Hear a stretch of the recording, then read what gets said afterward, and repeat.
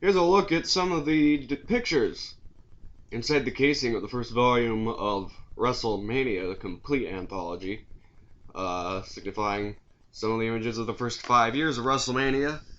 Scaramatzi with you as we wind down this first volume, this first 5 year set of WrestleMania, with WrestleMania V, emanating from, again, the Trump Plaza Hotel and Casino, Atlantic City, New Jersey, April 2nd, 1989. The only time in WrestleMania history that a venue has hosted 2 years in a row, the granddaddy of sports entertainment, and about the only time you'll probably ever see me wear the same shirt 2 days in a row. I guess only fitting to talk about WrestleMania 5 in that way. Not a very memorable WrestleMania, probably the first unmemorable WrestleMania. The Wrestling Observer newsletter called this the worst major wrestling show of 1989. I don't know if it was their inaugural edition, but there were some moments, but not a whole lot to discuss out of this one. But we'll take some time and talk about the things that really caught my eye. Some notable moments coming out of this.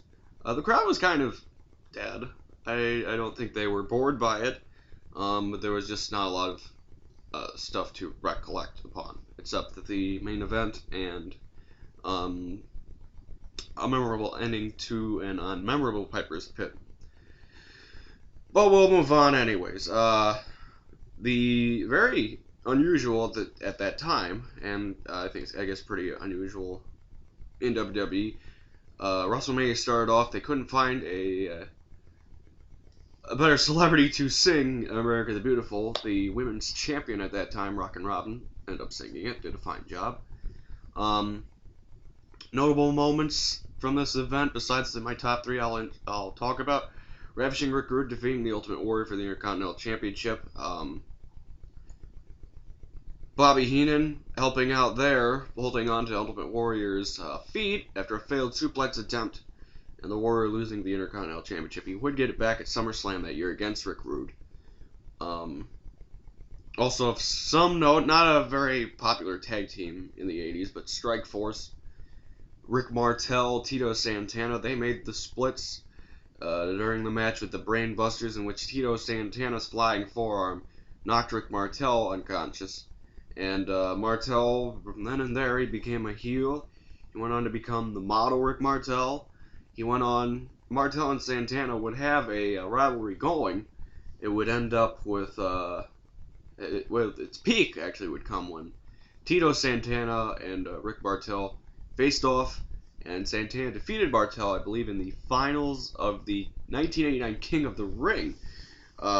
Yes, there was King of the Ring before it was on pay-per-view, for those of you young fans. But it was not on pay-per-view. It had gone on since 1985, and it was just something they did at house shows, and Santana, I think, ended up winning that year, and he defeated Martel. They would have an off-and-on rivalry over the years. Talk about squash for the night. Sometimes at WrestleMania there'll be a match that is just there to fill time, and Bobby the Brain Heenan gets the honors this time. His former protege, the Red Rooster, beats him in about 30 seconds. Not much else you could say about that. 3 moments in WrestleMania this year. 3. I don't know if you saw the other finger, but number 3. I don't know if it was audio problems, but by default I just want to give Run DMC their credit.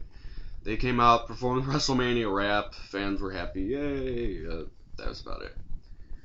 Number 2 was Piper's Pit. Roddy Piper returned to WWE at WrestleMania 5 after a couple years off to do movies. Not a very memorable Piper's Pit. Brother Love came out before Piper was introduced, and Brother Love and, of course, special guest star Morton Downey Jr., he was famous for his confrontational, controversial talk show in the late 80s. And I've watched the DVD version.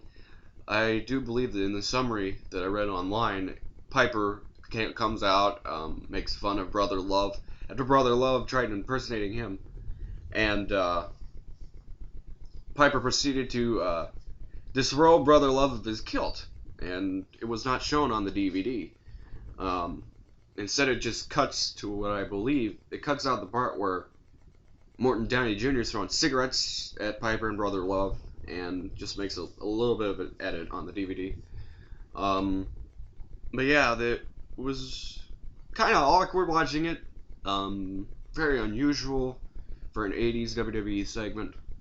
But it ends up Hot Rod puts Morton Downey Jr.'s fire out after Downey blows cigarette smoke, several times in Hot Rod's face, and and he paid the piper. That in the end, Hot Rod's returned to WWE in the 80s. And the number one, the Mega Powers, Hulk Hogan, Macho Man Randy Savage. My favorite match too. Seemed like WrestleMania was all centered around this one main event. The motto of the event was the Mega Powers Explode. And it was Hulk Hogan, not the champ, against Randy Savage, who won the belt last year, and it still held on. These two were a tag team for almost a year. Team captains of a Survivor Series team months before. Miss Elizabeth in their corner. Until one night when Miss Elizabeth was knocked out. When, I believe it was Savage that got knocked out. I kind of forget, but Elizabeth knocked out, Hogan carrying her to the back, and Savage proceeded to get a little bit jealous, so the split right there, and it leads to the title match. Elizabeth very neutral, but the point in the match where the referee said, "Gotta go to the back," as she was trying to vote for either man for being seriously injured, in a match that was rather slow-paced, and obviously, as you know, Hulk Hogan taking the nod and winning the WWE Championship, yet again, for like the 800th time in the 80s. But yeah, not a really memorable WrestleMania to end off the 1980s, and the wrestling boom was still pretty good. And what a way to end off the 1980s. And Bobby Heenan would wrestle one more match. He looked like Andre the Giant, pretty much. His goofy outfit. He would wrestle one more time, and months later at the Survivor Series. But anyways, I'm done with that. And next time, tomorrow, we're going to discuss the first WrestleMania of the 1990s and the first international WrestleMania as we leave the 80s, move on to the 90s, and continue on tomorrow with the moments that define WrestleMania 6. Until then, Skinner Moxley saying, fare thee well.